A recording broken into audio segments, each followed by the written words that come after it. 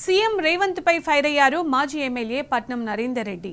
కేసీఆర్ కు పేరొస్తుందనే భయంతోనే పాలమూరు రంగారెడ్డిని రేవంత్ పక్కన పెట్టాడని మండిపడ్డారు. ముఖ్యమంత్రి రేవంత్ నిజంగా పాలమూరు బిడ్డ అయితే పాలమూరు రంగారెడ్డిని వెంటనే పూర్తి చేయాలని డిమాండ్ చేశారు. ప్రశ్నిస్తే చాలు కాంగ్రెస్ సర్కారు ఉలిక్కి పడుతోందని దుయ్యబట్టారు.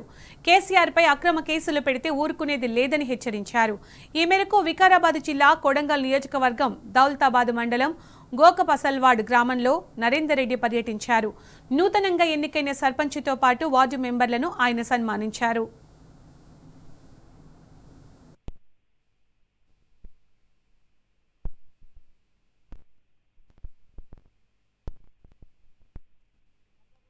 సంవత్సరాలు అయితే మన ప్రభుత్వమే కేసీఆర్ గారే మళ్ళా ముఖ్యమంత్రి అవుతాడు.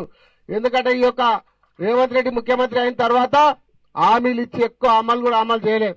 ఈ రోజు రైతు బంధు అన్నాడు, రైతు బంధు ఎగ్గొట్టిండు. వరి పంట బోనస్ అన్నాడు, బోనస్ ఎగ్గొట్టిండు. ఎక్కడ లేదు. మరి బోనస్ వేసినామని చెప్తున్నారు. నిన్న మన ఎవరికి కూడా రైతులకు బోనస్ రాలే.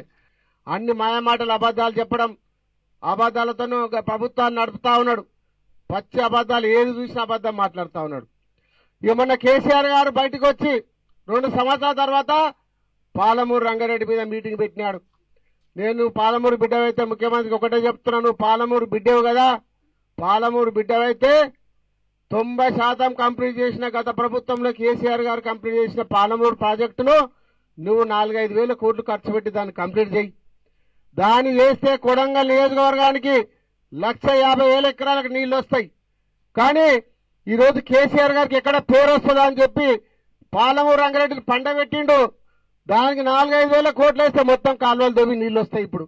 కానీ దాన్ని పండబెట్టేసి మొన్న మీటింగ్ పెట్టి కేసీఆర్ గారు పాలమూరు రంగారెడ్డి తట్టడి మట్టి తీయలేదని ఉద్యమిస్తామని చెప్పి చెప్పందాడే ప్రభుత్వం ఉలికిపడి భయపడి ఈరోజు ఏం చేస్తా ఉన్నారు, కేసీఆర్ మీద కేసు పెడతారంట, హరీష్ రావు గారి మీద కేసు పెడతారంట. మీరు కేసు పెట్టి చూడండి, గ్రామాలన్నీ ఒకటైతాయి. పెద్ద ఎత్తున ఉద్యమం చేస్తాం. ఎందుకంటే ప్రజల ప్రశ్నిస్తే గొంతుల మీద కేసు పెడతా ఉన్నారు.